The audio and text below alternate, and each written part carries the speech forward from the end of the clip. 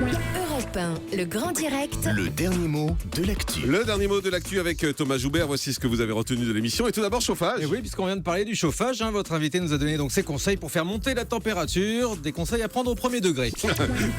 Vous avez dit que ça coûtait cher de pouvoir se chauffer. Ouais. Il ne faut donc plus parler de pompe à chaleur, mais de pompe à fric. L'isolation. Votre invité était un spécialiste de l'isolation. C'est lui qui a dû conseiller Benjamin Castaldi après son départ d'Énergie 12. On l'a entendu ce matin, il se retrouve bien isolé. Benji. Un sondage. Vous avez rappelé aussi ce sondage. Un habitant sur deux déclare avoir froid dans son logement. C'est aussi le cas quand vous mettez la clim à fond dans le studio, Jean-Marc. Vous êtes bien, mais Julie a froid. Ça fait un habitant sur deux. C'est ça. Mise en examen. Exactement. Dans le débat, on a parlé de la mise en examen de Nicolas Sarkozy. Votre invité, David Xavier Weiss, a dit que ça ne l'empêcherait pas de porter haut les couleurs de la droite. Enfin, vu sa taille, il ne sera pas trop non plus. Vote. Plusieurs auditeurs ont dit qu'ils ne voteraient pas pour Nicolas Sarkozy. Du coup, il risque de manquer de voix aux primaires, comme sa femme, Carla Bruni.